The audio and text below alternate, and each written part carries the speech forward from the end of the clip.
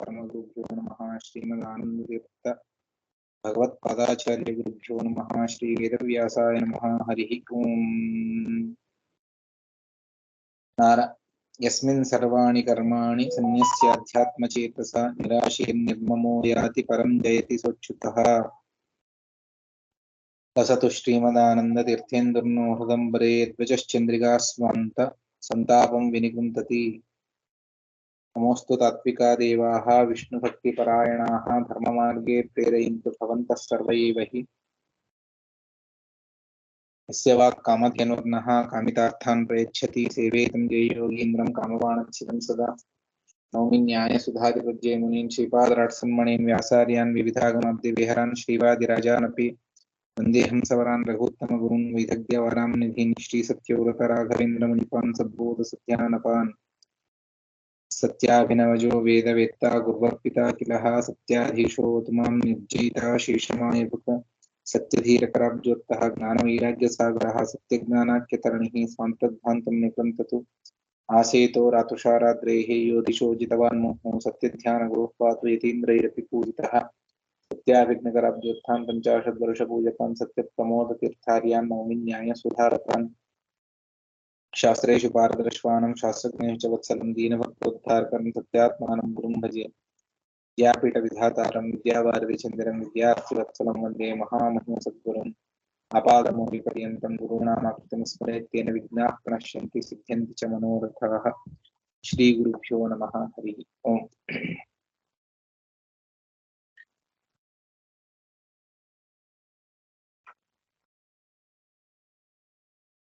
నిన్నటి రోజున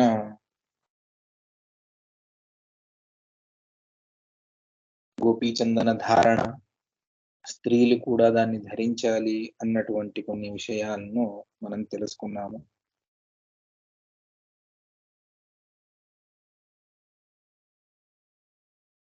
ఇవాళ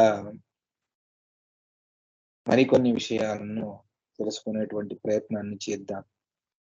నిన్న ముద్రధారణ ఏ విధంగా అన్నటువంటిది ఒక మాట, దాని గురించి చెప్పమని అడిగారు. అందువల్ల కొంచెం దాని గురించి తెలుసుకునేటువంటి గోపీచందన ధారణ మనం చేసుకుంటాము. ముద్రధారణ ఏ విధంగా చేసుకోవాలి అన్నటువంటిది దాని గురించి ఒక 2 మాటలు మనం తెలుసుకొని ముందుకు వెళ్తాం. పంచముద్రలు ఇప్పుడు 5 ముద్రలు కలిసి ఒకే దాంట్లోనే వస్తాయి. అది ఇంకా ఈజీ అన్నట్టుగా చెబుతారు. అటువంటి దాన్ని వేసుకోకూడదు. ప్రత్యేకంగా ఉన్నటువంటి వాటిని ముద్రలను వేసుకోవాలి.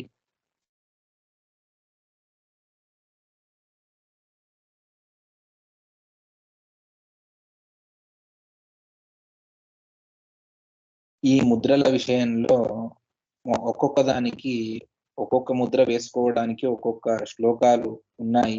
వాటిని ఆ ప్రార్థన చేస్తూ వేసుకోమని చెబుతారు. చక్రముద్ర వేసుకునేటప్పుడు సుదర్శన మహాజ్వాలా కోటి సూర్య సమప్రభ అజ్ఞానాంధస్య మే నిత్యం విష్ణోర్మార్గం ప్రదర్శయ. సుదర్శన సంబోధన చేసి మహాజ్వాల, అత్యద్భుతమైనటువంటి జ్వాల ఆ సుదర్శన చక్రం నుండి వెలువడుతూ ఉంటుంది. భగవంతుడి సుదర్శన చక్రం నుండి కోటి సూర్య సమప్రభ, కోటి సూర్యులు ఒకేసారి ఉదయిస్తే ఏ ప్రకాశం రావాలో అంత అద్భుతమైనటువంటి ప్రకాశం ఉంటుంది. అజ్ఞానాంధస్యమే, అజ్ఞానం అనేటువంటి అంధకారంలో ఉండిపోయినటువంటి నన్ను, నాకు నిత్యం ప్రతిరోజు విష్ణోర్ మార్గం ప్రదర్శయ, విష్ణు భగవంతుడి యొక్క మార్గాన్ని చూపించమని ఆ చక్రానికి ప్రార్థన చేసుకొని చక్రాన్ని ధారణ చెయ్యాలి అన్నటువంటి దాన్ని చెబుతారు.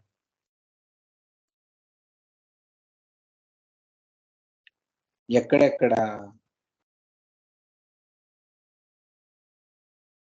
అన్నటువంటి దాన్ని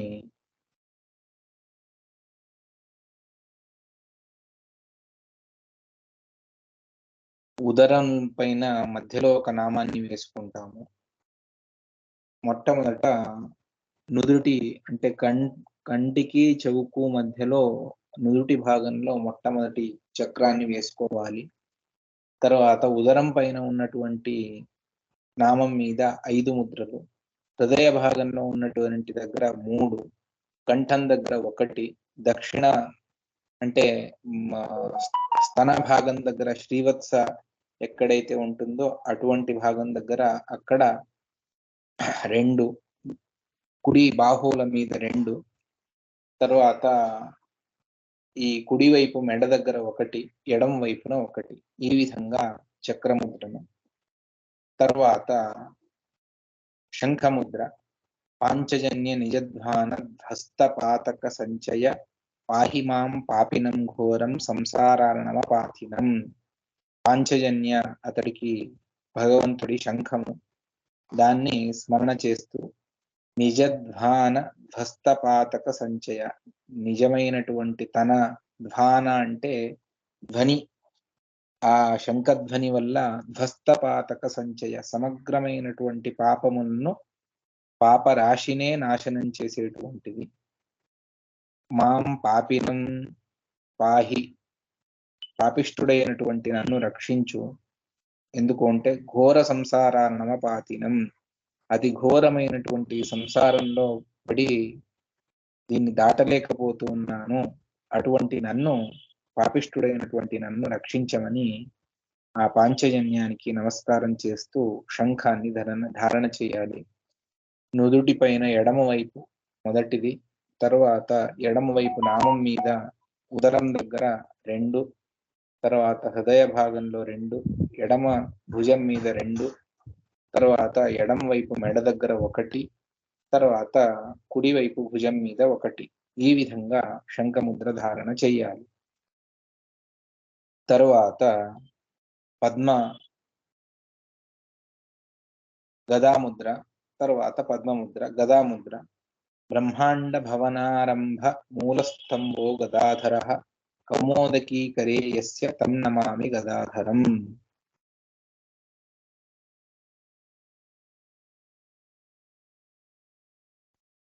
బ్రహ్మాండ భవనం, ఈ సమగ్రమైనటువంటి బ్రహ్మాండ భవనం, దానికి ఉత్పత్తికి మూలమైనటువంటి ఆధారము, స్తంభమైనటువంటి గదాధర, ఆ గదను ధారణ చేసినటువంటి భగవంతుడు, సర్వస్వానికి ఆధారభూతుడు. అటువంటి ఆ భగవంతుడు తన కరంలో కౌమోదకి అనేటువంటి గదను ధారణ చేసి ఉంటాడు. అటువంటి ఆ గదాధారి అయినటువంటి భగవంతుడికి గదా ఇద్దరికి కూడాను నమస్కారము అన్నట్టుగా నమస్కారాన్ని చేయాలి. చేసి ఆ గదాముద్రను మొట్టమొదటిది నుదుటి పైన నామం మధ్యలో 1, ఎడమ వైపు ఉదరం మీద నామం దగ్గర 2, అదేవిధంగా హృదయ భాగంలో 2, ఎడమ వైపు భుజం మీద 1, ఈ విధంగా గదాముద్రను ధారణ చేయాలి. తర్వాత పద్మముద్ర, సంసార భయభీతానాం యోగినాం అభయప్రదః పద్మహస్తశ్చయో దేవః యోగీశం తం నమామ్యహం. సంసార భయభీతానాం, ఈ సంసారం అనేటువంటి సంసార భయంతో భీతులైనటువంటి ఎవరైతే ఉన్నారో అటువంటి వారికి యోగినాం అభయప్రదః, యోగులకు కూడా అభయాన్ని ఇచ్చినటువంటి, చేతిలో పద్మాన్ని ధరించినటువంటి ఏ భగవంతుడైతే ఉన్నాడో అటువంటి యోగీశుణ్ణి నేను నమస్కారం చేస్తాను అని నమస్కారం చేసుకుని ఈ పద్మముద్రను కుడివైపు నామం మీద 2, తర్వాత హృదయ భాగంలో 1 కుడివైపున, తర్వాత బాహువుల దగ్గర 2, తర్వాత ఈ స్తన భాగం దగ్గర ఉన్నటువంటి నామం ఏదైతే ఉందో అక్కడ 1, ఈ విధంగా ఈ పద్మముద్ర ధారణ చెయ్యాలి. నారాయణ నమస్తేస్తు నామముద్రాంకితో నరః తం దృష్ట్వా లభతే ముక్తిం చండాలో బ్రహ్మఘాతుకః. నారాయణ స్వరూపుడైనటువంటి భగవంతుడికి నమస్కారం. అతడి నామ, అతడి ముద్ర రెండింటినీ ఏ నరుడైతే ధరిస్తాడో తం దృష్ట్వా, ఆ వ్యక్తిని చూస్తే ముక్తిం లభతే చండాలో బ్రహ్మఘాతుకః, చండాలుడైన బ్రహ్మ హత్యను చేసినటువంటి వ్యక్తి అయిన ఎవరు నారాయణ ముద్రను ధరించి ఉంటారో ఆ నారాయణ ముద్ర ధరించినటువంటి వ్యక్తులను ఈ బ్రహ్మహత్య చేసినటువంటి వారు చూస్తే వారికి పాపం నుండి ముక్తి కలుగుతుంది. నారాయణ ముద్ర సర్వత్ర 5 అని చెబుతారు. నుదుటి పైన నామం దగ్గర 5, శిరస్సు పైన 1, నుదుటి పైన 5, తర్వాత ఉదరం మీద ఉన్నటువంటి నామం అక్కడ అన్ని 5, హృదయ భాగంలో 5, తర్వాత కుడి భుజం మీద 2, ఎడం భుజం మీద 2, తర్వాత ఈ కుడివైపు నామం దగ్గర 1, చుట్టూ కంఠస్థానాల్లో, తర్వాత వీపు. ఈ విధంగా అన్ని చోట్ల నారాయణ ముద్రను ధారణ చేయాలి. ఒక్కొక్కరు ఎక్కువ చేస్తారు, ఒక్కొక్కరు తక్కువ చేస్తారు. ఏ విధంగానైనా ఇంత క్రమం ఈ విధంగా ఉన్నది. ఇందులోనూ ఆచార వ్యత్యాసాలు ఉన్నాయి. ఇది ఒక క్రమము అని నేను చెప్పినటువంటిది. ఈ విధంగా ధారణ చెయ్యాలి అని చెబుతారు. తరువాత ఆచార్య గారు నమస్కారం అండి. ఈ నెంబర్లు చక్రముద్ర 20 చోట్ల, శంఖముద్ర 9 చోట్ల, గదాముద్ర 5 చోట్ల, ఇలా నెంబర్ ఉంది కదా, నెంబర్కి ఏమన్నా ఉందండి? లాజిక్ లాంటిది ఏమన్నా ఎందుకు వేయాలి అన్ని నెంబర్లు అనేది? దానికి లాజిక్ లేదు, విధానం చేశారు కాబట్టి ఇన్ని చోట్ల ఆ ముద్రలను ధారణ చేయాలి అన్నటువంటిది శాస్త్రం చెబుతుంది. దానిపైన మనం సైన్స్ అని కొంతమంది దానిపైన రీసెర్చ్ అన్నటువంటి దాన్ని చేసి చెబుతారు. నిజంగా శాస్త్రానికి అటువంటి అభిప్రాయం లేదు. ఇది విధానం అని ఉంటుంది, దాన్ని మనం ఈ విధంగా అన్వయించుకొని చెప్పుకోవచ్చు అంతే తప్ప పర్టికులర్ గా ఇది అన్నటువంటిది ఏ నియమము లేదు, శాస్త్రానికైతే లేదు. ఈ భగవంతుడి ఈ శ్లోకాలను చదువుతూ ఆ ముద్రలను ధారణ చేయాలి. కొంతమంది నారాయణ ముద్రలను బాహువులు, చేతుల దగ్గర కూడా వేసుకుంటారు. పెద్ద పెద్ద పండితులు వేసుకోవడమే నేను చూశాను. అక్కడంతా కూడా అంటే మొత్తం శరీరం మొత్తం నారాయణ ముద్రతో చిహ్నితం అవ్వాలి అన్నటువంటిది. అప్పుడు అక్కడ సంఖ్యాను మనం తీసుకోలేము. ఆ విధంగా సంఖ్యా నిమిత్తకంగా ఇక్కడ ప్రత్యేకంగా ఏం లేదు. ఇది విధానం కాబట్టి దీన్ని చేయాలి అంతే. ఆచార్య గారు శ్రీసుధలో ఈ ముద్రలు వేసుకునే ముందర కామాంతర్గత జ్యునామక భారతీపతి ప్రాణాంతర్గత హింకారాభిన్న క్రుద్ధోల్కాయ అని చక్రముద్ర వేసుకున్నప్పుడు చెప్పడం అవి రాశారు కదా, అది చెప్పాలా లేకపోతే దాంట్లో ఏమైనా ఎబ్రిడ్జిగా సంక్షిప్తంగా హింకారాభిన్న పరమాత్మ అలాగా పరమాత్మ పేర్లు ఏమైనా తలుచుకోవచ్చా? అదే చెప్పాను కదా, ఇందులో ఆచారాలు ఏ విధంగా సంప్రదాయాలు ఉన్నాయో వాళ్ళు ఆ విధంగా చేసుకుంటూ వచ్చారు. నిజంగా పురాణోక్త మంత్రాలను చెప్పి సుదర్శన మహాజ్వాల ఇప్పుడు నేను ఏదైతే చెప్పాను కదా, ఈ క్రమంలో వేసుకుంటే చాలు. ఈ కామాంతర్గత జినామక అవన్నీ చెప్పక్కర్లే. ఆచార్య నమస్కారం. ఇంకో సందేహం అండి. అదే బ్రహ్మాండ భువనారంభానండి భవనారంభానండి? భువనమా భవనమా? అది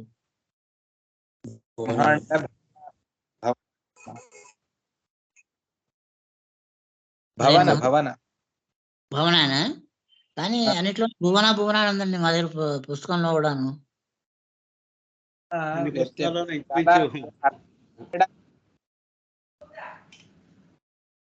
భవనమైన భువనమైన అర్థం ఒకటే వస్తుంది అని చెప్పేసి భువన అని పెట్టారు. ఈ మూల పుస్తకంలో నేను వ్యాఖ్యానాన్ని చూసేటప్పుడు అక్కడ బ్రహ్మాండ మూల స్తంభో గదాధర అన్నటువంటిదే ఉన్నది. భువనాన్ని రెండు ఒకటే. సరే సార్.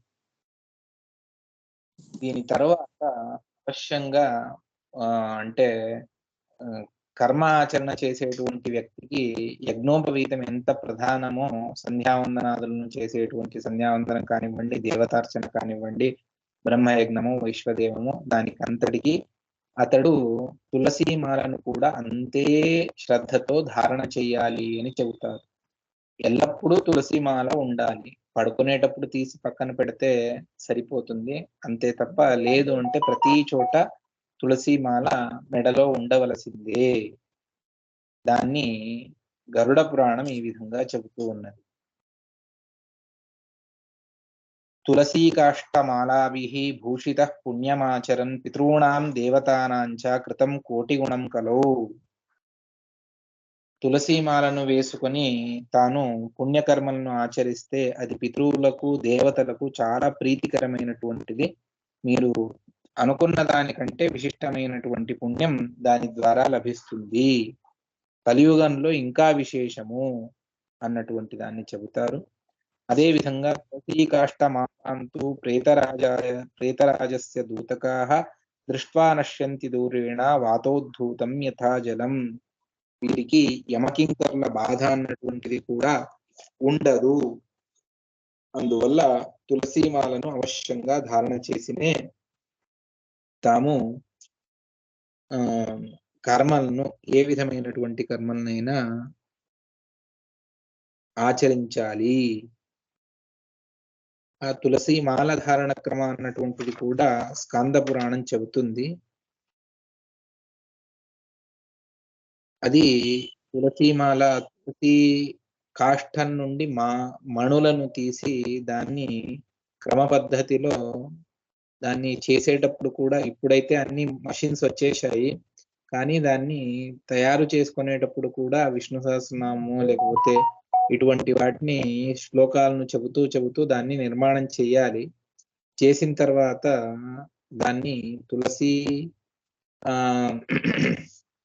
అది శుద్ధి అంతా పంచగవ్య ప్రోక్షణ మొదలైనటువంటివంతా శుద్ధి చేసిన తర్వాత దాన్ని మొట్టమొదట భగవంతుడికి వాయుదేవుల వారికి సమర్పణ చేసినే తాను ధారణ చెయ్యాలి అన్నటువంటి దాన్ని చెబుతారు. సన్నివేద్యైవ హరయే తులసీ కాష్ట సంభవాం మాలాం పశ్చాత్ స్వయం దత్తే సవై భాగవతోత్తమః. ఎవరైతే తులసీ మాలను భగవంతుడికి సమర్పణ చేసి తాను వేసుకుంటాడో అటువంటి వ్యక్తి తాను భాగవతోత్తముడు. ఎవరైతే భగవంతుడికి సమర్పణ చెయ్యకుండా ఆ తులసీమాలను తాను అట్టే ధారణ చేసేస్తాడు అతడు ఘోరమైనటువంటి పాపాన్ని అనుభవించి నరకాదులకు వెళతాడు. దాన్ని చెబుతుంది స్కాంద పురాణం.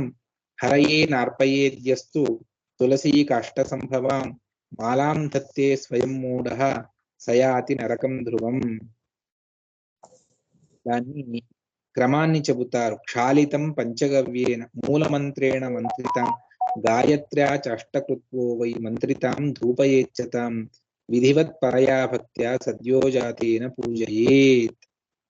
దాన్ని మొట్టమొదట పంచగవ్యంతో శుద్ధి చేసి మూల మంత్రంతో అభిమంత్రణ చేసి తర్వాత గాయత్రి మంత్రంతో అభిమంత్రణ చేసి దానికి ఒక సంస్కారం అన్నటువంటి దాన్ని చేసి ధూపదీపాదులను చేసి తర్వాత దాన్ని విధివత్తుగా భగవంతుడికి సమర్పణ చేసి కొన్ని రోజులు భగవంతుడి అది ప్రతిమనో శాలిగ్రామమో లేకపోతే మరొకటో అక్కడ అర్పణ చేసి కొన్ని రోజులు అక్కడే ఉంచి తర్వాత తాను ధారణ చేయాలి అన్నటువంటి దాన్ని తులసీమాల విషయంలో మనం తెలుసుకోవలసినటువంటి విషయాలు. ఇక్కడ మా గురువు గారు ఎప్పుడూ చెప్పేవారు ఏమిటి అంటే, ఈ ప్రాచీనమైనటువంటి ఆచరణలను మన వారు చెప్పారు, దాన్ని చేయడం వల్ల శరీరానికి ఏదో ఒక విధంగా అది ఆధ్యాత్మికంగానూ మనకు మంచే జరుగుతుంది, శారీరకంగా చూసుకున్నా కూడా మనకు దానివల్ల విశిష్టమైనటువంటి ప్రయోజనం ఉండే ఉంటుంది. కానీ ఇవన్నీ కూడాను చెప్పినటువంటిది భగవత్ ప్రీతి కొరకు మనం చెయ్యాలి అన్నటువంటిది శాస్త్రాలు చెప్పాయి తప్ప దానివల్ల నీకు ఈ విధమైనటువంటి శరీరంలో ఏదో నాడీ వ్యవస్థను లేకపోతే మరొకటో ఇటువంటిది దానికి మంచి జరుగుతుంది అని ఇది శాస్త్రం ఎక్కడ సామాన్యంగా చెప్పదు. శాస్త్రానికి దృష్టి ఉండేది భగవంతుడు అధ్యాత్మము దాని కొరకు పుణ్య సంపాదన కొరకు శాస్త్రం చెబుతుంది. దాని ద్వారా ఈ ప్రయోజనం కూడా అవుతుంది. అంటే నేను చెప్పేటువంటి విషయం ఇవన్నీ కూడా మనం చేయడం వల్ల అదృష్ట ప్రయోజనం ఉన్నది. అదృష్ట అంటే పుణ్యం, దృష్ట ప్రయోజనం అంటే మన శరీరానికి ఏదో విధమైనటువంటి లాభం చేకూరడం, ఇది దృష్ట ప్రయోజనం. సామాన్యంగా శాస్త్రం చెప్పేటప్పుడు అదృష్ట ప్రయోజనాన్నే ఎక్కువగా చెబుతుంది. అంటే పుణ్యమో భగవత్ ప్రీతినో దానివల్ల నాకు తత్వజ్ఞానము ఇటువంటివన్నీ కూడా దాని ద్వారా లభిస్తాయి. శరీరానికి సంబంధించినటువంటిది కూడా జరిగితే అది మంచిది, కానీ శరీరానికే మంచి జరగాలి అన్నటువంటి కేవలం ఈ ఉద్దేశంతో మాత్రమే ఎప్పుడూ చెప్పదు. దాన్ని తర్వాత మనం ఊహించుకొని దీనికి ఇది దీనికి ఇది అని చెప్పడం తర్వాత. అందువల్ల ఇప్పుడు అన్నీ కూడా సైన్స్ యొక్క ముడి వేసి మనం ఆధ్యాత్మంలో కూడా సైన్స్ ఉంది అవశ్యంగా లేదని నేను చెప్పను, కానీ అది ప్రధానంగా మనం చూసుకోవలసినటువంటిది ఆధ్యాత్మం గురించి. దాని తర్వాత సెకండరీ మన శరీర శుద్ధి, మన శరీరంలో ఆరోగ్యము, నానా విధమైనటువంటివి ఇవన్నీ కూడా తర్వాతది. మొట్టమొదటిది శాస్త్రం విధానం చేసింది, దాన్ని మనం పాటించాలి. దాని ద్వారా ప్రయోజనం చేకూరుతుంది, అది రెండవది. కానీ శాస్త్రం చెప్పింది అది విధానము, దాన్ని పరిపాలన చేయాలి. మామూలు వారు కూడా ఒక ప్రసంగంలో దీనికి అంటే యుక్తిపూర్వకంగా మనం తెలుసుకుంటూ వెళతాను అంటే కొన్ని చోట్ల యుక్తి దొరకదు. ఆ యుక్తి దొరకనప్పుడు మనం ఏం చేస్తాం? ఆ కర్మని వదిలిపెట్టేయాలా? కూడదు. ఇది విధానం చెయ్యాలి అంతే. అలా కాదు కుదరదు అని అంటే స్వామీజీ ఒక మాట చెప్పారు. ఏమిటి అంటే, స్కూల్ యూనిఫామ్ వేసుకొని పిల్లలు స్కూల్కి వెళ్తారు. ఆ యూనిఫామ్ వేసుకుంటేనే చదువు వస్తుందా? లేదు. అది వాళ్ళ రూలు. ఆ స్కూల్ వాళ్ళ మేనేజ్మెంట్ వాళ్ళు ఇది అని విధానం పెట్టుకున్నారు. ఆ విధంగా విధానం పెట్టుకున్నందువల్ల వాళ్ళు అది చెబుతారు, ఆ విధంగా వేసుకొని వెళ్ళాలి. అదే విధంగా ఇక్కడ శాస్త్రంలో కూడాను ఋషులు మునులు ఇది క్రమము అన్నటువంటి దాన్ని భగవత్ ప్రీతి కొరకు వాళ్ళు భగవంతుడి ద్వారానో తమ గురువుల ద్వారానో లేకపోతే బ్రహ్మదేవుల వారి ద్వారానో నియమాలను తెలుసుకొని దాన్ని శాస్త్రంలో పొందుపరచాలి. దాన్ని మనం ఆ విధంగా ఇది విధానము, దీన్ని మనం పాటించాలి. దాని ద్వారా దృష్టాదృష్ట రెండు ప్రయోజనాలు ఉన్నాయి. ఒక్కొక్కసారి మనకు దృష్ట ప్రయోజనం మనకు పర్ఫెక్ట్ గా దొరకవచ్చు, దొరక్కపోవచ్చు. కానీ అదృష్ట ప్రయోజనం మాత్రం సర్వతా అంటే దీని ద్వారా భగవంతుడి ప్రీతి, పుణ్యము ఇది లభిస్తుంది. ఇందులో సందేహమే లేదు. మన పాపనాశనం ఇవన్నీ కూడా మన కంటికి కనిపించదు. ఇదమిత్తంగా దీనికి ఇదే ప్రయోజనము అని మనం తెలుసుకోలేము. కానీ విధానం ఉన్నది కాబట్టి అవశ్యంగా మనం చెయ్యాలి. ఎందుకు ఈ మాట చెబుతున్నాను అంటే, నేను చాలా సందర్భాల్లో వేరే వేరే చోట్ల ప్రవచనాలకు లేకపోతే ఈ సంధ్యావందనం క్లాసెస్ ఇటువంటి వాటికి వెళ్ళినప్పుడు ఎంతో మంది ఇదే ప్రశ్న అడుగుతారు. దీనికి సైంటిఫిక్ రీజన్ ఏమన్నా ఉందా గురువు గారు అని. ప్రతి చోట మనం సైంటిఫిక్ రీజన్ చెప్తే ఇది దీనికి సరిపోతుందా లేదా అన్నటువంటిది ఇప్పుడు ఏదో నేను నా ప్రతిభతో చెప్పవచ్చు, కానీ అది ఇదే విధంగా ఉన్నదా లేదా నిర్ధారణ చేసేవాళ్ళు ఎవరు? అప్రోక్ష జ్ఞాన్ని అయితే కాదు నేను. ఆ విధంగా ఇది శరీరానికి ఈ విధంగా సంబంధిస్తుంది అని శాస్త్రం కూడా కొన్ని చోట్ల చెబుతుంది, అన్ని చోట్ల చెప్పదు. అటువంటప్పుడు మనకి ఏది అంటే విధానం చేశారు. ఈ సంధ్యావందనం చేయడానికి స్నానము, గోపీచందన ధారణ, ముద్ర ధారణ చేస్తేనే అతడు ఎలిజిబుల్, అతడు చెయ్యాలి. ఇది చెప్పారు. అందువల్ల దాన్ని ఆ విధంగా పాటిస్తూ మనం ముందుకు వెళ్ళాలి. ప్రతి ఒక్క చోట విధానం ఉన్నది, అందువల్ల మనం ఆచరించాలి. ఇది మనం సరిగ్గా తెలుసుకొని ముందుకు వెళ్ళాలి. తరువాత 3 రోజులు సంధ్యావందనాన్ని వదిలిపెడితే అతడు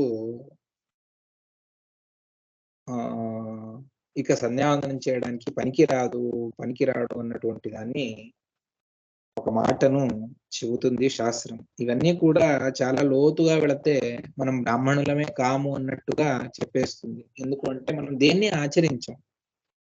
అన్ని విధి విధానాలను అప్పట్లో ఇంట్లో ప్రతి ఒక్కరూ ఆచరించేవారు, దాన్ని చూసే నేర్చుకునేవాళ్ళు. మన పెద్దవాళ్ళందరూ కూడా దీన్ని పాటించిన వారే, లేదని కాదు. కానీ మనకు సమయాభావం వల్ల ఇక్కడ ఎక్కువ సమయం ఇవ్వనందువల్ల మనకు ఈ విధమైనటువంటి పరిస్థితి ఉన్నది. ఎందుకు అంటే సంధ్యామూలమే, బ్రాహ్మణులకు సంధ్యావందనమే మూలం. మీరు దేవతార్చన చెయ్యండి, చెయ్యకపోండి, మీరు శాస్త్రాధ్యయనం చెయ్యండి, చెయ్యకపోండి, దానివల్ల మీ బ్రాహ్మణ్యమేమీ నాశనం అవ్వదు. కానీ సంధ్యావందనం చేయకపోతే మాత్రం మీ బ్రాహ్మణ్యమే పోతుంది. అందువల్ల సంధ్యావందనానికి విశిష్టమైనటువంటి స్థానం ఉన్నది. దాన్ని ఈ విధంగా చెబుతారు స్మృతి గ్రంథంలో. ద్వాదశాహమనగ్నీకః సంధ్యాహీనో దినత్రయం చతుర్వేద్యపి విప్రస్తు శూద్ర ఏవ న సంశయః అన్నటువంటిది.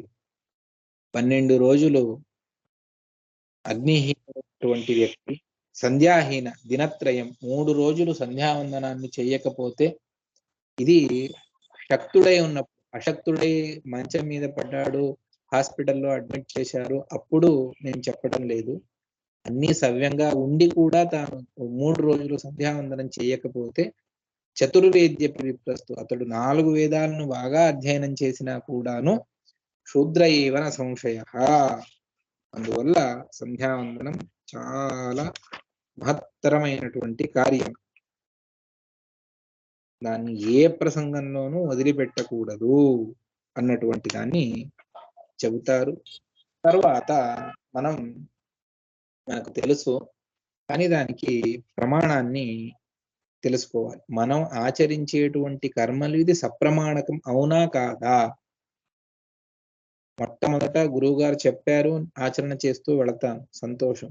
తర్వాత క్రమం ఇది ఏ ప్రమాణం ద్వారా ఇది చెప్పబడి ఉన్నది అన్నటువంటి దాన్ని వీలైనంత ప్రమాణాలను మనం సంగ్రహించి పెట్టుకొని ఉండాలి. మనం చేసేటువంటి కర్మల, మనం తెలుసుకున్నటువంటి తత్వాలకు ఎక్కడ దీని మూలము అన్నటువంటి దాన్ని కొన్ని చోట్ల సులభంగానే దొరుకుతుంది, ఒక్కొక్క చోట దొరకదు. అప్పుడు అన్వేషణ చేస్తూ వెళ్ళాలి. ఇప్పుడు మనం దేవతా కార్యాన్ని సవ్యంగాను, పితృకార్యాలను అపసవ్యంగాను, ఋషి కార్యాలన్నిటినీ మాలాకారంగాను మనం చేస్తాం. దీనికి ప్రమాణం ఏమైనా ఉన్నదా? మఠానికి వెళితే పిండ ప్రదానాన్ని సవ్యం కండి, అపసవ్యం కండి అని చెప్తూ వెళతారు. అన్ని కార్యాలను చేస్తూ వెళతాం. ఒకసారి నన్ను ఒకరు అడిగారు శ్రాద్ధం చేయించేటప్పుడు, ఏమండి వీళ్ళు దేవతలు పితృదేవతలు వీళ్ళు పరస్పరం భిన్న ధ్రువాల, ఎందుకు అంటే ఈ పితృదేవతలకు చేసేటువంటి ప్రతి ఒక్క కార్యం కూడా ఇది అపసవ్యంతోనే చేయాలి అని అంటారు, ఇక్కడ సవ్యంతోనే చేయాలి, ఈ అటు ఇటు మారితే ఏమన్నా సమస్యనా అని అడిగాడు. అంటే అవి భిన్న ధ్రువాలు, వాళ్ళు ఎప్పుడు కొట్టుకుంటూ ఉంటారు, దేవతలు రాక్షసులు లాగానా అని. అతనికి ఏం తెలియదు, తర్వాత నేను వివరణ చేసి చెప్పాను. ఏం కాదండి, వాళ్లకు ఈ విధంగా ఇస్తే వాళ్లకు సంతృప్తి. అందువల్ల దాని విష్ణు పురాణం ఈ విధంగా ఒక మాటను చెబుతుంది. అదేమిటి అంటే సవ్యేన దేవకార్యాన్ని, సవ్యంగా కార్యాన్ని ఆచరించాలి. ప్రతి ఒక్క దేవకార్యం ఏది ఉన్నా కూడా అది సవ్యంతోనే. వామేన పితృతర్పణం, వామంతో పితృతర్పణాన్ని చేయాలి అపసవ్యంతో. నీవీతేన మనుష్యాణం తర్పణం సంవిధీయతే, అది నీవీతంగా ఋషుల తర్పణం మొదలైనటువంటివి ఈ మాలాకారంగా మనం చెయ్యాలి అన్నటువంటిది ఇది చెబుతారు. అందువల్ల ఇది విష్ణు పురాణంలో వచ్చినటువంటి మాట. అందువల్ల దేవతా కార్యాలను సవ్యంగా, అపసవ్యంగా పితృకార్యాలను మనం చేసేటప్పుడు దానికి విష్ణు పురాణం వేదంలో కూడా ఉంటుంది, కానీ ఇప్పుడు అనంత వేదరాశి మనకు దొరకదు. అందువల్ల దాన్ని అధ్యయనం చేసినటువంటి ఋషిమునులు పురాణాల్లో, స్మృతి గ్రంథాల్లో చెప్పి ఉన్నారు. అందువల్ల దాన్ని మనం పాటిస్తూ వెళతాం. ఆ విధంగా విష్ణు పురాణం చెప్పినటువంటి మాట, దేవతా కార్యాలను సవ్యంగా, పితృకార్యాలను అపసవ్యంగా, మాలాకారంగా ఋషి కార్యాలను మనం చేస్తూ వెళ్ళాలి. ఇక్కడ ఈ సంధ్యావందనం తర్వాతనే బ్రహ్మయజ్ఞాన్ని వదిలిపెట్టేటువంటి ఒక క్రమము, అది ఇప్పుడైనా చేస్తారు, పూజ అంతా అయిన తర్వాత అయినా బ్రహ్మయజ్ఞాన్ని చేస్తారు.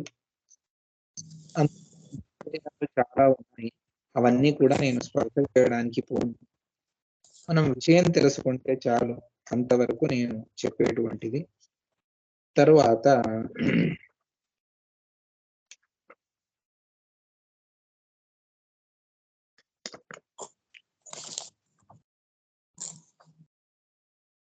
ఏడవ శ్లోకం. అర్కమండలగం విష్ణుం ధ్యాత్వైవ त्रिपदीं जपेत् सहस्र परमां देवीं शतमध्यां दशावराम् आसूर्यदर्शनात् तिष्ठेत् ततस्तूपविशेत वा पूर्वां सन्ध्यां सनक्षत्राम् उत्तरां स दिवाकराम् उत्तराम् उपविश्यैव वाग्यतः सर्वदा जपेत्। తరువాత గాయత్రి మంత్రం గురించి ఆచార్యుల వారు చెబుతారు. అర్కమండలగం సూర్యమండల అంతర్యామి అయినటువంటి విష్ణువును ధ్యాత్వైవ ధ్యానం చేస్తూనే త్రిపదీం జపేత్ 3 పాదములు ఉన్నటువంటి గాయత్రి మంత్రాన్ని జపించాలి. ఎంత జపించాలి, సంఖ్య ఏమిటి అంటే సహస్ర పరమాం దేవీం 1000 సర్వోత్తమమైనటువంటిది, శతమధ్యాం 100 మధ్యమము, దశావరాం 10 అవరమైనటువంటిది.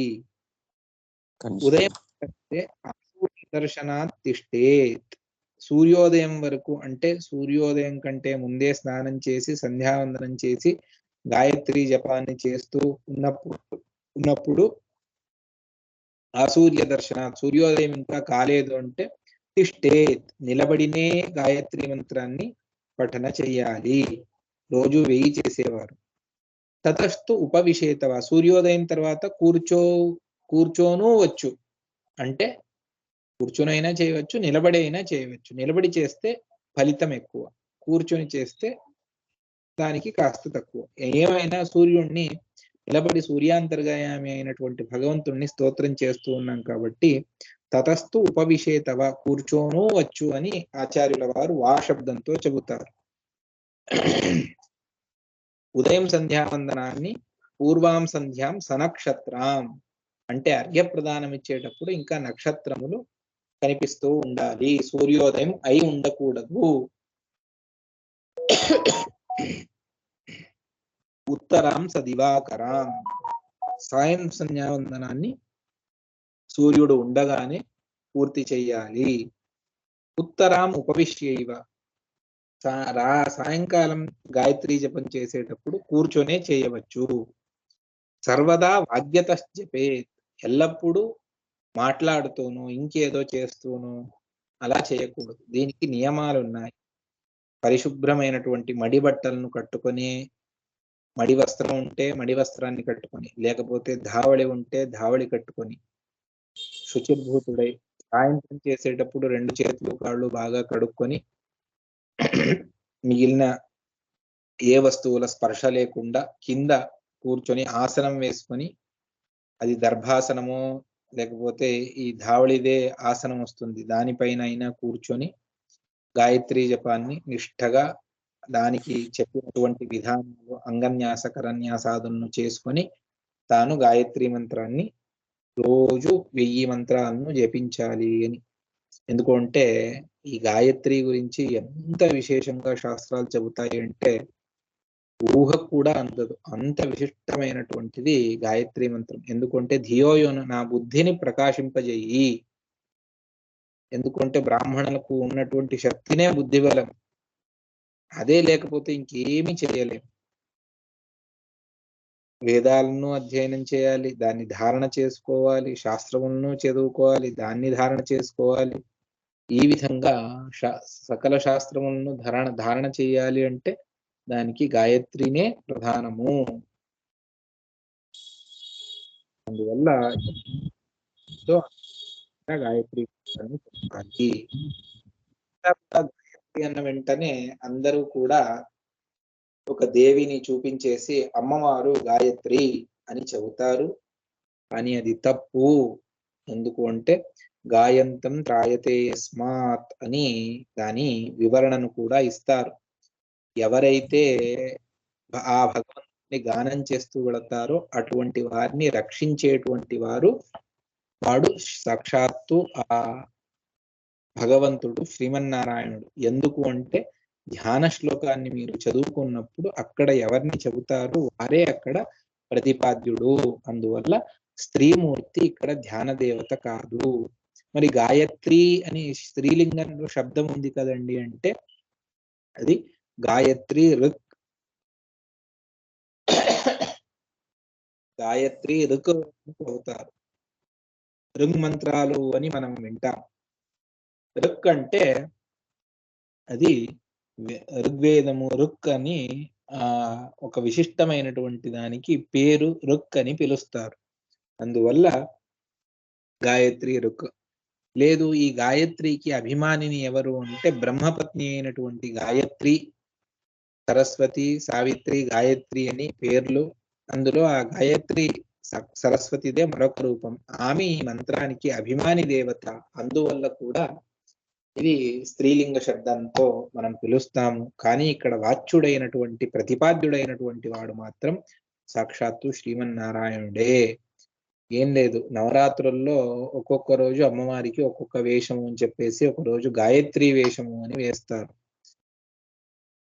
వాళ్ళ భక్తి పుట్టి ఎంతో మంది మనవాళ్లే గాయత్రిని ఒక 10నో 100నో ఎక్కువ చేస్తారు. సర్వథా ఆ రూపాలు ఏవి కూడా ఈ మంత్రం ద్వారా చెప్పేటువంటి అర్థాన్ని గాయత్రి స్త్రీ రూపాన్ని, పురుష రూపాన్నే చెబుతాయి. దాన్ని ధ్యేయ సదా సవితృమండల మధ్యవర్తి నారాయణ సరసిజాసన సన్నివిష్ట కేయూరవాన్ మకరకుండలవాన్ కిరీటి హారి హిరణ్మయ వపు ధృతశంఖ చక్ర సదా ధ్యేయ. ఈ మంత్రం ద్వారా ఎల్లప్పుడూ ధ్యానించబడేటువంటి వాడు భగవంతుడు. ఎవరు? నారాయణ ధ్యేయ. నారాయణుడు ధ్యాన విషయము. ఎటువంటి ఎవరు మాట్లాడుతూ ఉన్నారు? మ్యూట్ చేయండి. రాఘవేంద్ర ఆరణి గారు, మీది మ్యూట్ చేయండి.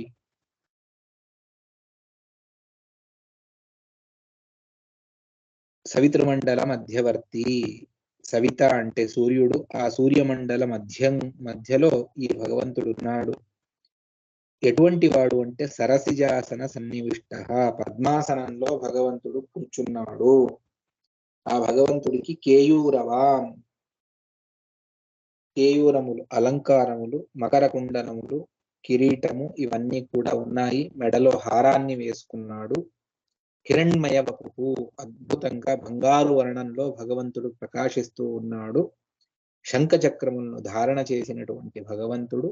ఆ భగవంతుణ్ణి ఈ గాయత్రి మంత్రం చేసేటప్పుడు అటువంటి నారాయణ రూపాన్ని మనం స్మరణ చేయమని చెబుతారు.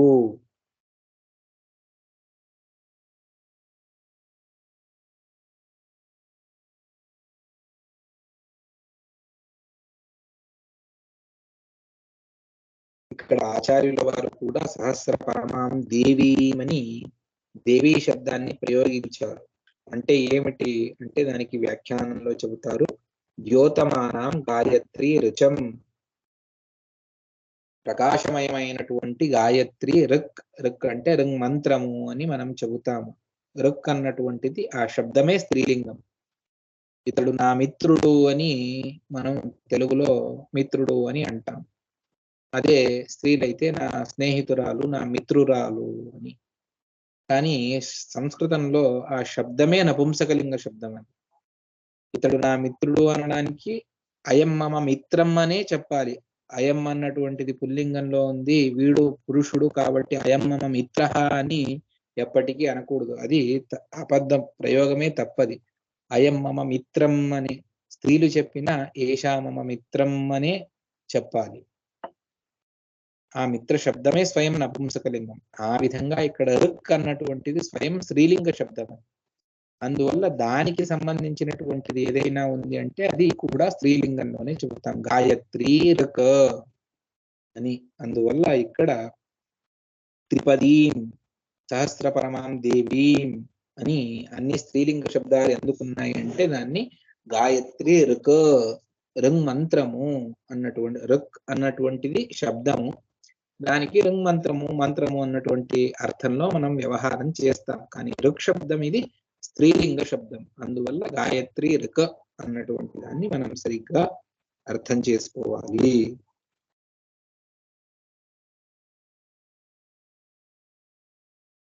మూడు పూట్ల మనం చేసేటువంటి దానికి ఉదయం చేస్తే గాయత్రి, సావిత్రి, సరస్వతి అన్నటువంటి మూడు రూపాలతో భగవంతు, అర్థాత్ ఆ ముగ్గురు, ఇందాక నేను బ్రహ్మపత్ని అని చెప్పాను కదా, వాళ్ళు ముగ్గురు అభిమాని దేవతలు మంత్రానికి ఒక్కొక్క రూపంతో.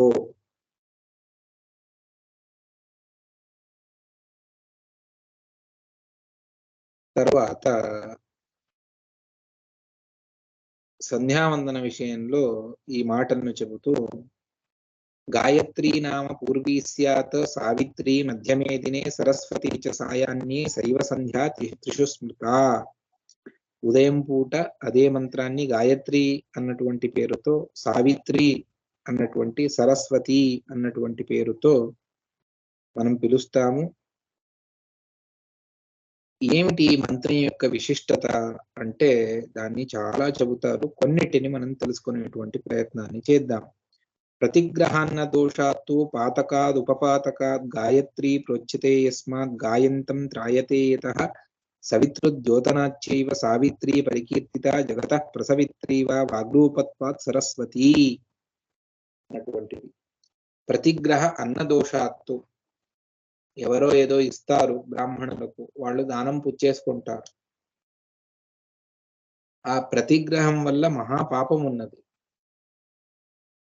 దక్షిణ స్వీకరించడం వల్ల పాపం ఉన్నది. ఆ పాపాన్ని దూరం చేసుకోవాలి అంటే గాయత్రి. అదే విధంగా మనం తినేటువంటి అన్నంలో దానికి నైవేద్య మొదలైనటువంటి సంస్కారాలు ఇవన్నీ కూడా ఏవి ఉండదు. ఆ అన్న దోషం వల్ల, అన్నంలో నానా విధమైనటువంటి దోషాలు ఉన్నాయి. ఆ అన్న దోషం వల్ల ఈ ఒక్కటే కాదు, మనం చేయవలసినవి చాలా ఉన్నాయి, అవేవి చేయటం లేదు. చేయకూడనివి చాలా ఉన్నాయి, అవన్నీ మనం చేస్తూ ఉన్నాం. దీనివల్ల మహాపాతకములు ఉపపాతకములు చాలా ఉన్నాయి. ఆ పాతకాత్ ఉపపాతకాత్, ఆ పాతకముల వల్ల ఉపపాతకముల, పాతకము అంటే పాపము, ఆ మహాపాపములు అల్ప పాపముల వల్ల మనల్ని రక్షిస్తుంది. ఎప్పుడు అంటే గాయంతం యతః త్రాయతే, ఈ గాయత్రి మంత్రాన్ని తాను పఠన చేయడం వల్ల అతడిని నానా విధమైనటువంటి పాపముల నుండి దూరం చేసి అతడికి ఏ పాప బంధనం లేకుండా చేస్తుంది. అందువల్ల గాయత్రి అని పిలుస్తారు. గాయత్రి తస్మాత్ ప్రోచ్యతే, గానం చేసేటువంటి వారిని రక్షణ చేస్తుంది. అందువల్ల ఇది గాయత్రి అని పిలువబడుతుంది. సావిత్రి అని ఎందుకు పిలుస్తారు అంటే సవితృద్యోతనాచ్చైవ సావిత్రి పరికీర్తిత. సవిత అంటే సృష్టికర్త అయినటువంటి భగవంతుడు. ఆ భగవంతుడు అంటే ఇది ఇక్కడే వస్తుంది. ఎక్కడ అంటే తత్సవితరవరేణ్యం భర్గో దేవస్య ధీమహి ధియో యో నః ప్రచోదయాత్. తత్సవితరవరేణ్యం, సవిత అంటే సృష్టి స్థితి లయ నియమన జ్ఞాన బంధమోక్షప్రదుడైనటువంటి భగవంతుడు, అతడిని సవిత అని పిలుస్తారు. సవిత అంటే సృష్ట్యాదికర్త అనే అర్థం. ఆ సృష్ట్యాదికర్తలు అయినటువంటి భగవంతుణ్ణి ద్యోతన ప్రకాశం చేస్తుంది, అతడిని తెలియపరుస్తుంది. అందువల్ల దీనికి సావిత్రి అని కూడా ఇదే మంత్రానికే పేరు. ఆ భగవంతుడే సమగ్రమైనటువంటి లోకాలను సృష్టి చేస్తాడు. జగత్ ప్రసవిత్రి, అందువల్ల దీనికి సావిత్రి అని పేరు. వాగ్రూపత్వాత్ సరస్వతి, వాక్య రూపంలో ఉన్నది, అందువల్ల సరస్వతి అని పేరు. 3 సార్లు గాయత్రి మంత్రాన్ని ఉదయం మధ్యాహ్నం సాయంత్రం, ఉదయం గాయత్రి మధ్యాహ్నం సావిత్రి సాయంత్రం సరస్వతి. గాయత్రి అని లోక వ్యవహారంలో వచ్చేసింది. దీన్ని ఈ విధంగానూ పిలుస్తారు అన్నటువంటిది మనకు తెలియజేస్తారు. అటువంటి విశిష్టమైనటువంటిది గాయత్రి. గృహేత్వేకగుణా సంధ్యా గోష్ఠే దశగుణా స్మృత శతసహస్రకీ నద్యాం అనంత విష్ణు సన్నిధౌ. మనం ఇంట్లో చేస్తే దానికి ఎంత చేస్తామో అంత పుణ్యం. గోష్ఠే దశగుణా స్మృత, అదే గోష్ఠం అంటే ఆవులను కట్టేటువంటి స్థలం, గోశాల, అక్కడ చేస్తే మనం చేసేటువంటి ప్రతి కర్మకు 10 రెట్లు అధికమైనటువంటి పుణ్యం. శతసహస్రకీ నద్యాం, అదే నదీ తీరంలో మనం చేస్తే దానికి 100 రెట్లు పుణ్యం. అనంత విష్ణు సన్నిధో, అదే విష్ణు సన్నిధానంలో విశిష్టమైనటువంటి క్షేత్రంలో మనం చేస్తే లేదు మన ఇంట్లో మనం శాలిగ్రామాన్ని ఎదురుగా పెట్టుకొని భగవంతుడి మూర్తులను పెట్టుకొని అక్కడ మనం చేస్తే దానికి ఆ విష్ణు సన్నిధానంలో చేస్తే అనంతమైనటువంటి పుణ్యం లభిస్తుంది. అది కూడా కేవలం చేస్తూ ఉన్నాను అన్నటువంటిది కాదు, భక్తి, ఆ భగవంతుడి అనుసంధానం, చేసేటువంటి కర్మ మీద శ్రద్ధ, తన శుచి, తాను ఎంత శుచిర్భూతుడిగా ఉన్నాడు అన్నీ చూసుకొని మనకు ఫలితాన్ని భగవంతుడు ఇచ్చేవాడు ఉన్నాడు. అందువల్ల ఎందుకు మనకు ప్రతి ఒక్కటి దేవుడి దగ్గర చేయాలి, దేవుడి సన్నిధానంలో చేయాలి, సన్నిధానం అని ఎందుకంటారు అంటే అనంత విష్ణు సన్నిధౌ, విష్ణు సన్నిధానంలో ఒకే కర్మను చేస్తే అది విష్ణు సన్నిధానం లేకుండా చేస్తే ఒక పుణ్యము, విష్ణు సన్నిధానంలో చేస్తే ఒక విశిష్టమైనటువంటి పుణ్యం. అదే ఆ విష్ణు సన్నిధానము, నదీ తీరము అన్నీ ఉన్నాయంటే అది ఇంకా విశిష్టమైనటువంటి పుణ్యం. అందువల్లనే మధ్య మధ్యలో మీరు ఈ తిరుక్కోయిలూరులో స్వామీజీ ఒకరోజు ధాత్రీ వృక్షం కింద పూజ చేశారు, మరొక రోజు గోశాలలో పూజ చేశారు, రాముల వారి పూజ, భగవంతుడిదే పూజ. అక్కడ అనంత సన్నిధానమే ఉన్నది రాముల వారి యందు, లేదని కాదు. కానీ ఆ స్థాన విశేషంలో చేయడం వల్ల ఇంకా అధికమైనటువంటి పుణ్యాన్ని సంపాదించవచ్చు. అందువల్ల గోశాలలోనూ పూజ చేసేటువంటి క్రమం ఉన్నది. ఆ గోశాలలోనూ మనం నానా విధమైనటువంటి ఎక్కడైతే గో సన్నిధానం ఉన్నదో అక్కడ చేస్తే ఇంకా ఎక్కువ అధికమైనటువంటి పుణ్యము. అందువల్ల గృహేత్ వేకగుణ సంధ్యావందనమే ఇంట్లో చేస్తే ఒక విధంగా, అదే ఆ గో సన్నిధానంలో చేస్తే 10 రెట్ల అధికమైనటువంటి పుణ్యం, నదీ తీరంలో చేస్తే 100, అదే విష్ణు సన్నిధానంలో చేస్తే అనంతమైనటువంటి పుణ్యం.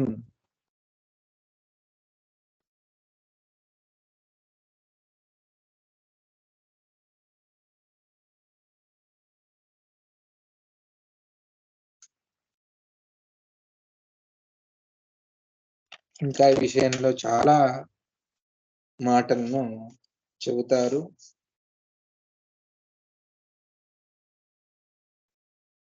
తర్వాత మనం నదీ తీరానికి ఎక్కడికైనా వెళ్ళినప్పుడు అక్కడ మనం సంధ్యావందనం చేసేటప్పుడు ఎడమ చేతిలో నీళ్లు పెట్టుకొని కుడి చేతితో ప్రోక్షణ మొదలైనటువంటివన్నీ కూడా చేస్తూ ఉంటాం. ఈ ఆచారం ఇది సరి అయినటువంటిదా కాదా అన్నటువంటిది ఒక ప్రశ్న. దాన్ని బ్రహ్మాండ పురాణం ఈ విధంగా చెబుతుంది. వామహస్తే జలం కృత్వ, ఎడమ చేతిలో నీటిని తీసుకుని, అంటే పాత్ర ఏది లేకుండా, ఒక ఇత్తడి గ్లాసో లేకపోతే రాగి చెంబో ఏది కూడా లేకుండా కేవలం చేతిలో, ఎడమ చేతిలో జలాన్ని తీసుకొని కుడి చేతితో దాన్ని ప్రోక్షణ మొదలైనటువంటి సంధ్యావందనాది కర్మలను ఎవరైతే చేస్తారో అది ఆసురమైనటువంటి కర్మ. అందువల్ల అటువంటిది ఎప్పుడూ కూడా చేయకూడదు. ఆ నది నీటినే సాక్షాత్తుగానే తీసుకొని అంటే నది నీటినే ప్రోక్షణ చేసుకోండి, నది నీటినే తీసుకోండి, తప్పు లేదు. దాన్ని ఎడమ చేతిలో తీసుకుని చేస్తే మాత్రం తప్పు. సా సంధ్యా వృషలీజ్ఞేయ అసురాస్తర్పితా, దాన్నంతా కూడా అసురులు పట్టుకొని వెళ్ళిపోతారు.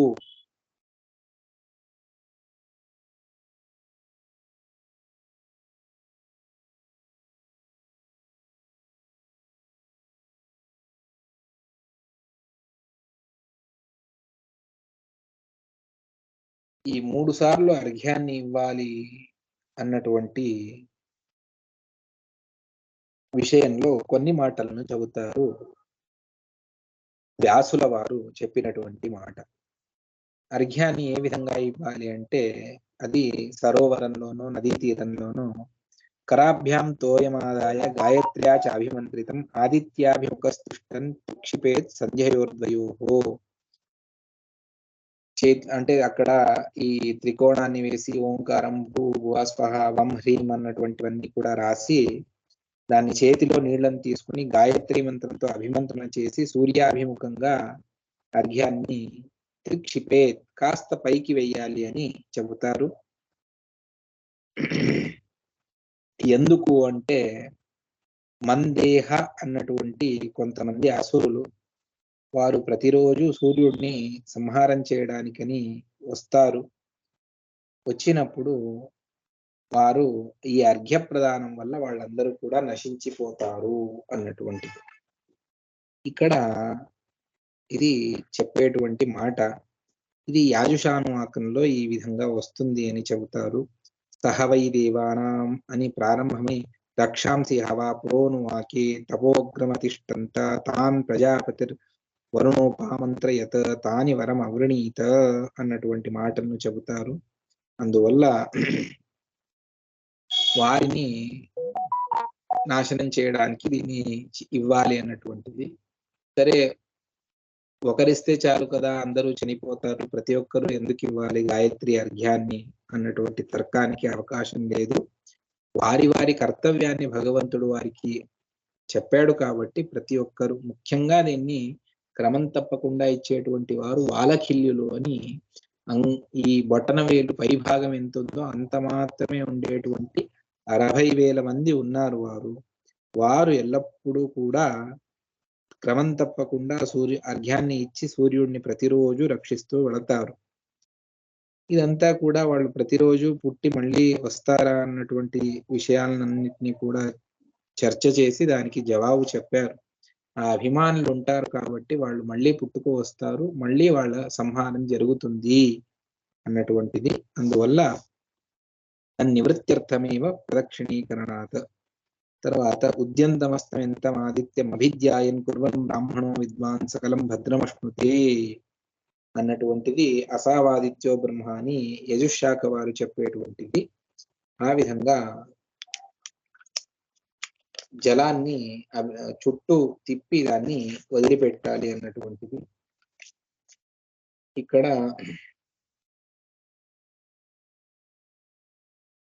సూర్యోదయం కంటే ముందే నిర్మాల్య విసర్జన జరగాలి అన్నటువంటిది.